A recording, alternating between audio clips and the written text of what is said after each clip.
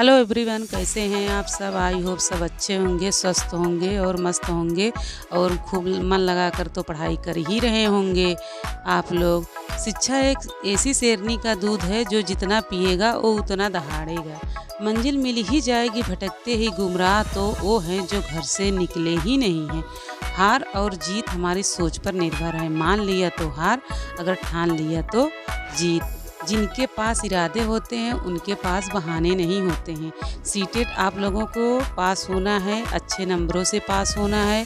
आप लोग एनसीएफ 2005 और एनईपी 2005 अच्छे से पढ़ जाइए।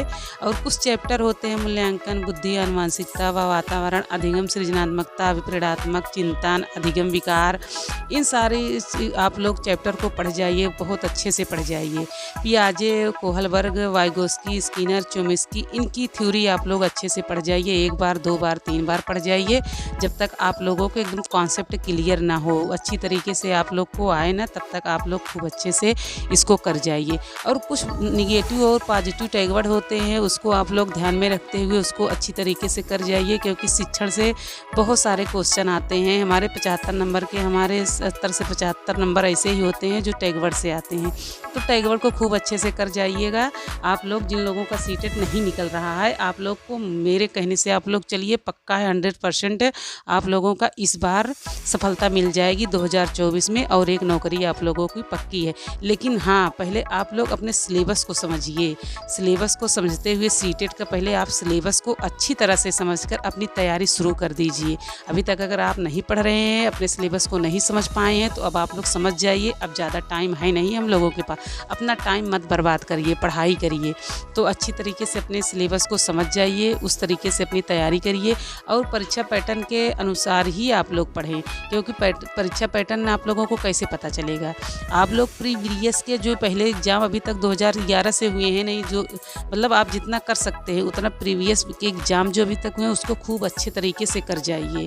और दूसरी बात, प्रैक्टिस सेट भी करिए। अगर 2011 से अगर आप करेंगे तो प्रैक्टिस सेट का काम करेगा, और तो आप लोगों को पता चल जाएगा कि किस तरीके से क्वेश्चन आते हैं एग्ज़ाम में, किस तरीके से पूछा जाता है। तो उस तरीके से आप लोग को एकदम अच्छे से क्लियर हो जाएगा। उन प्रश्न पत्रों का अभ्यास करेंगे, अपना स्कोर देखेंगे, उस पर विश्लेषण करेंगे, अपनी स्थिति क्या है, फिर अपने प्रयास पर काम करना शुरू कर देंगे, अपनी मेहनत और ज़्यादा शुरू कर देंगे। पिछले वर्षों के वही प्रश्न पत्र हल करने को आपको पैटर्न, पूछे जाने वाले प्रश्नों के आधार, कठिनाई के स्तर आप लोगों को अंदाज़ा लग जाएगा। और एनसीईआरटी की किताबों से भी आप पढ़ सकते हैं, लेकिन इतना टाइम हमारे पास है नहीं। लेकिन अगर टाइम आप लोगों के पास है तो आप लोग पढ़ सकते हैं, एनसीईआरटी की किताबों से भी पढ़ सकते हैं। और यूट्यूब आदि का सहारा आप ले सकते हैं। यूट्यूब पे आप सहारा ले सकते हैं, जो क्लासेस चल रही हैं उसको आप देखिए। जितना हो सके उतना आप मॉक टेस्ट को ज़्यादा से ज़्यादा करिए। परीक्षा पैटर्न को समझकर अपना सिलेबस जान लीजिए और एक समय सारणी निर्धारित कर लीजिए।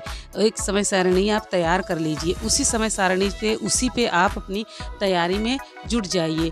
तो आप लोगों का कोई नहीं रोक सकता है कि आपका सीटेट ना क्वालिफाई हो। बहुत अच्छे, मतलब अच्छा नहीं, बहुत अच्छा आप लोगों का हो जाएगा। सीटेट की तैयारी आप किस तरीके से करेंगे, आप किस तरीके से करेंगे, तो आज रास्ता बना लिया है तो कल मंजिल भी मिल जाएगी। हौसलों से भरी यह कोशिश एक दिन ज़रूर रंग लाएगी।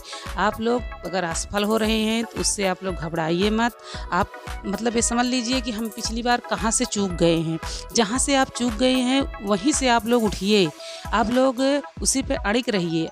तो आप लोग पीछे मत हटिए, करते रहिए, चलते रहिए। हाँ, पिछली बार आप इतनी मेहनत किए हैं तो लगता है कि आपको और ज़्यादा मेहनत करनी पड़ेगी, तो आप उस तरीके से करिए।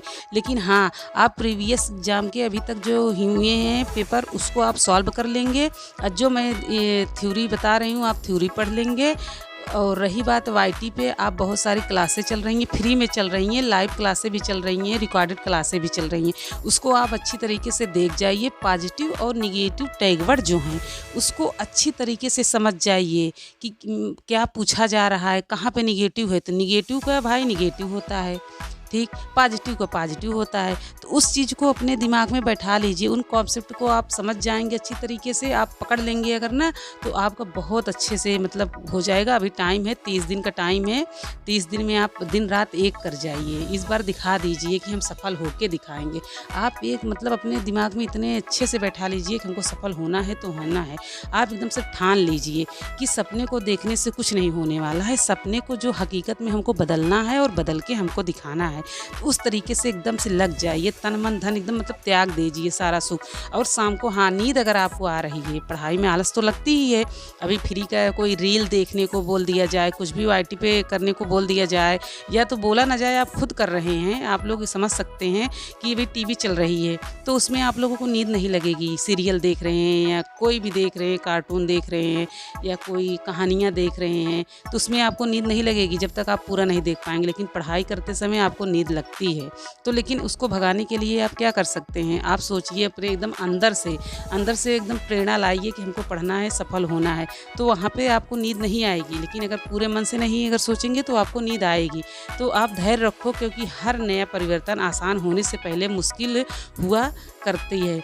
तो आप धैर्य रख के काम करेंगे, घबराइए मत कि हम असफल हो रहे हैं तो क्या है क्या नहीं है, नहीं हो पाएंगे कभी, लगता है मेरे नसीब में मेरी नौकरी है ही नहीं, मुझे नौकरी अब मिलेगी ही नहीं। ऐसा मत सोचिए, अब सब कुछ हो जाएगा, अच्छे तरीके से हो जाएगा। लेकिन हाँ, आप लोग लेकिन एक चीज़ ये है कि काम याब होने के बाद सोचो वो दिन कैसा होगा।